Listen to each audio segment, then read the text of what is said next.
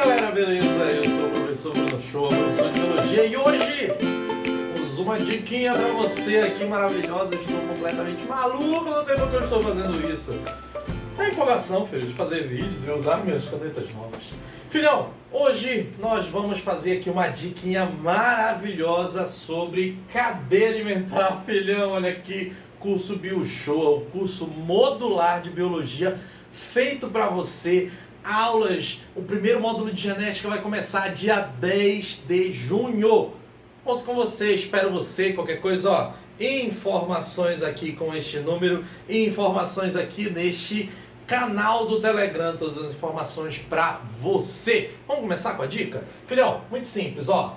Cadeia alimentar. Cadeia alimentar, ele é um estudo dentro da ecologia que nós vamos tratar basicamente da forma trófica. O que é trófico, filhão? Alimentação. Então a gente vai estruturar como acontece a cadeia trófica, a cadeia alimentar. Bom, existem duas formas de alimentação, a forma de alimentação autótrofa e a forma de alimentação heterótrofa. A forma de alimentação autótrofa é aquela em que o indivíduo produz o próprio alimento, sendo majoritariamente composta por indivíduos que fazem fotossíntese, mas também existem indivíduos que fazem quimiossíntese. A diferença é por onde essa energia vai ser obtida para produzir o alimento. Mas nós também vamos ter as formas heterótrofas de obter alimento, e ela tem a ver com consumo, absorção ou decomposição desse alimento. O indivíduo pode ser um decompositor ou ele pode ser um consumidor. Tudo bem? Importante falar, parasitas são consumidores, porque de certa forma eles estão consumindo os seus hospedeiros. Isso é uma dica muito interessante para você que vai fazer aí a sua provinha, né, do vestibular, que está fazendo aí seus testes. Então é por isso que na cadeia alimentar nós temos alguns elementos. O primeiro deles é o elemento produtor. Não esqueça, o produtor, ele vai ser aquele indivíduo que tem como característica pegar a matéria inorgânica e transformar em matéria orgânica. Então, o indivíduo que pega matéria inorgânica e transforma em matéria orgânica, este vai ser o nosso produtor. Como a gente sabe, quase todos os indivíduos que fazem fotossíntese são produtores. Nós temos um elemento, olha esse elemento aqui que é importante, a seta. A seta, filhão, aponta para quem come e ela sai de quem é comido. Ela aponta para quem consome e sai de quem é consumido. Então, a gente tem aqui os indivíduos consumidores. O consumidor é um indivíduo heterótrofo, que faz o consumo dos alimentos. Então, nós temos os consumidores e você pode perceber que eu organizei os consumidores de acordo com uma classe. Um consumidor primário, um consumidor secundário. O que é um consumidor primário? É aquele que come primeiro, simples. O consumidor primário é aquele que vai ser o primeiro a consumir. Então ele vai consumir diretamente o produtor, tanto que há quase uma relação de obrigatoriedade. Todo consumidor primário tem hábitos herbívoros, porque normalmente ele come produtores, ele come vegetais. Uma outra dica que a gente pode também dar é que consumidor primário é aquele que tem uma seta do produtor. Consumidor secundário é aquele que tem duas setas do produtor. Consumidor terciário tem 3 setas em relação ao produtor. Você entendeu? Beleza. O consumidor secundário em diante, nós vamos chamar de indivíduos carnívoros. Lembra, na cadeia alimentar, ela é uma cadeia de indivíduos. Então, nós vamos ter indivíduos que comem sempre uma relação correta. Então, o consumidor primário só come produtores. O consumidor secundário só come consumidores primários, tudo bem? Mas nós temos um terceiro elemento dentro da cadeia alimentar, que é o indivíduo decompositor. Ele também é heterótrofo? Também. Só que ele faz um ato, tem uma ação muito interessante. Ele pega a matéria orgânica e transforma em matéria inorgânica. Então ele pega tudo aquilo que foi produzido por todos os indivíduos da cadeia e ele vai transformar em matéria inorgânica. Matéria inorgânica essa que volta para o produtor. Por isso, a gente pode tirar a nossa primeira conclusão dentro da cadeia alimentar.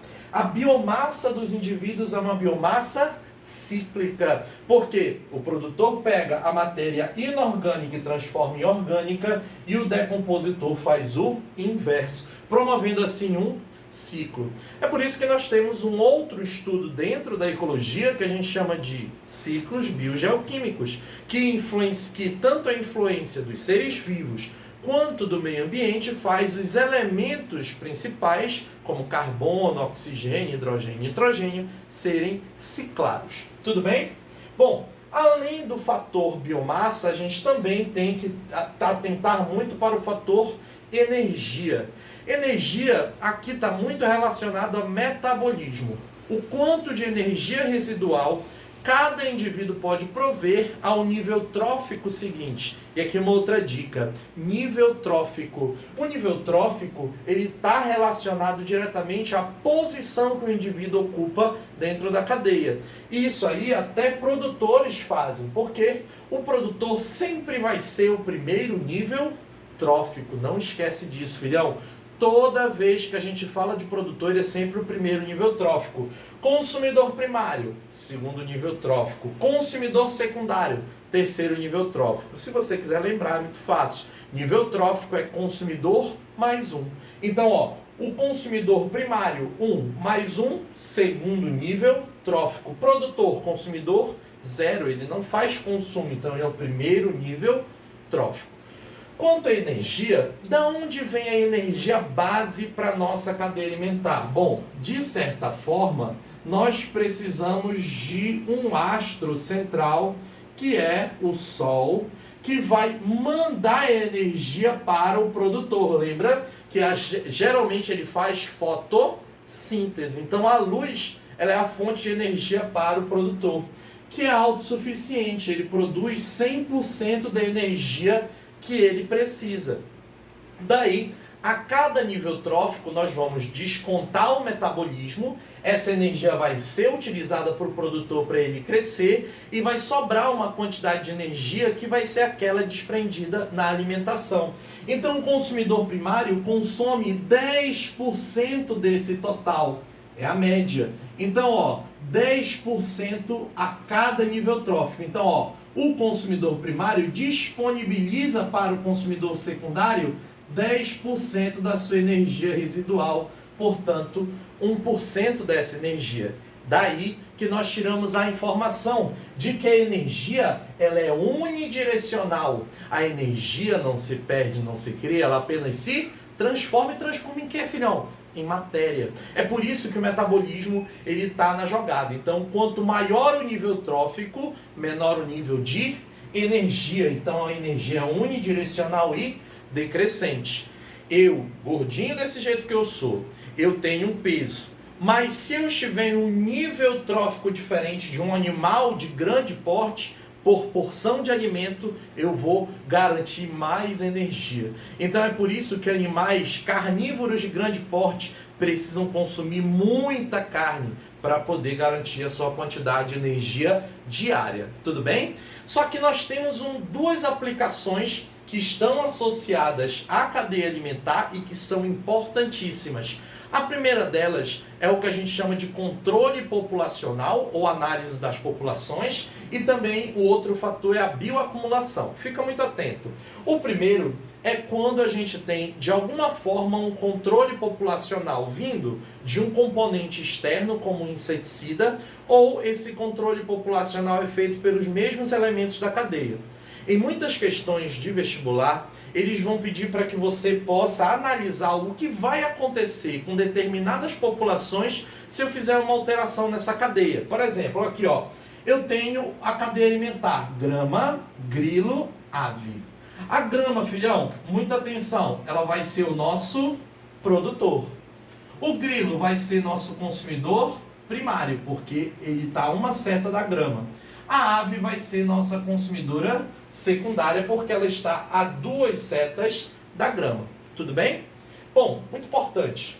Se nessa população eu tiver um uso forte de um inseticida, o grilo é um inseto. Inseticida mata insetos. Então a população de grilos, em primeiro lugar, vai cair.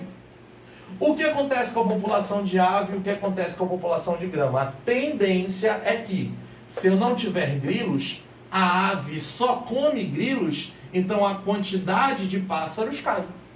Agora, o grilo comia grama, e se não tem mais essa herbivoria, então essa grama tende a aumentar a sua população em primeira instância. Então, filhão, ó, a população se altera dependendo do nível trófico alterado. Uma dica, aquela dica, filhão, que só você vai acertar porque você está aqui no nosso canal. Filhão, se eu altero o produtor, a cadeia toda se altera na mesma proporção. Vamos aqui, ó. Se eu altero a grama, eu tive um corte nessa grama, eu tirei a grama desse lugar. Se eu não tenho grama, eu não tenho grilo. Se eu não tenho grilo, eu não tenho ave, sequencialmente. Tudo bem? A outra aplicação é a aplicação de bioacumulação. O que é bioacumulação? Seria uma acumulação de componentes não biodegradáveis. Essa acumulação ela acontece de maneira unidirecional e crescente. Fique muito atento. Energia unidirecional e decrescente, bioacumulação unidirecional e crescente. Então ele pode fazer essa jogada com você. Quais são os elementos bioacumuladores? Principalmente inseticidas. Também você pode ter a ação do mercúrio, entre outros componentes. Por exemplo, na queda das barragens de Mariana, soltaram-se muitos metais pesados. Esses metais pesados eles vão acumular ao longo da cadeia e o nível trófico o maior nível trófico possível vai sofrer as maiores consequências, porque ele vai ter um aumento desse material não biodegradável. Tudo bem? Então, filhão, essa aqui é uma dica, uma mini aula sobre cadeia alimentar para você. Se você gostou, passe lá no nosso Instagram, passe lá no nosso canal do Telegram, que a gente vai dar mais informações desse módulo de genética que vai sair agora dia 10 de junho. Se você gostou, curta, compartilhe e a gente sempre vai estar aqui para te ajudar. Um grande abraço e até mais.